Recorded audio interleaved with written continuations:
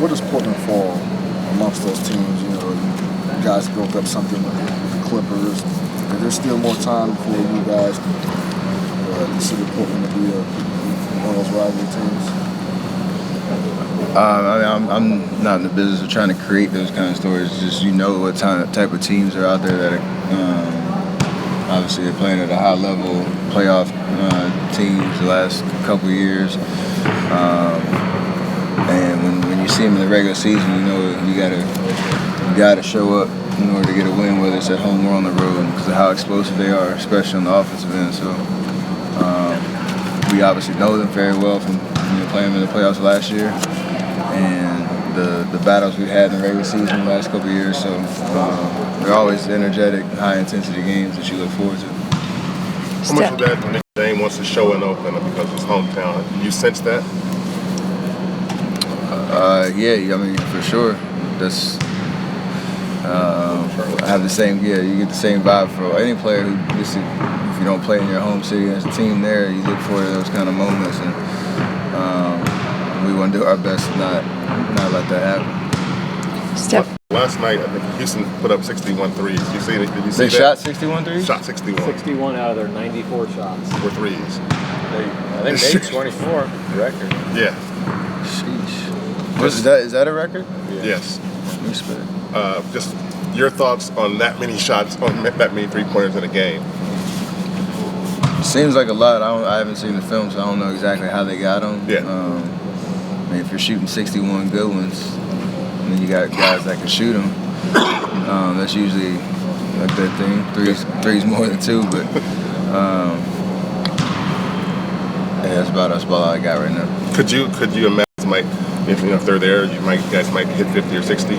Came close earlier this year. I mean, yeah, it's just a matter of creating good ones and pushing the tempo. So, like I said, if you're swinging or come off a pick and roll, have an open look, or the ball is moving and it just so happens the guy standing behind the three, like obviously take them. Don't be shy about that if they're open shots, you take them. That's how we kind of approach it, and we want to obviously be smart and know whether you're making them or not. How to manage the game, but I'm sure they won their game last night, so it's probably a good recipe for them. To look to benefit you in certain ways. Have you looked into that much? Have you studied that at all? Yeah. Just being a part of the executive committee, knowing exactly what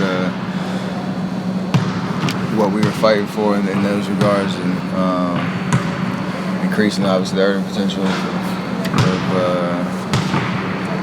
all players, kind of regardless of where you are in your career, what level you are. So I won't worry about it really in details, and I can't capitalize on it right now. Just worry about it this summer.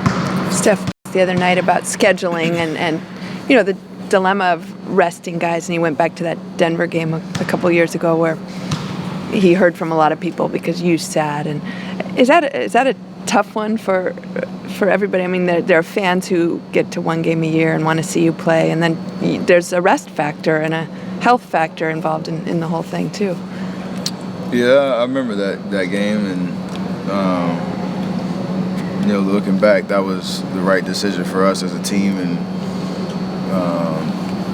as players that we were in a tough part of the schedule and had a really good grab on the number one spot at the time. It was later in the season, so it made sense. And obviously, there are cases where you feel for fans that circle a game on the calendar, and unfortunately, that might be that one game. And it's hard to balance that because we prioritize the championship run or keeping guys healthy as something you need to focus on from time to time.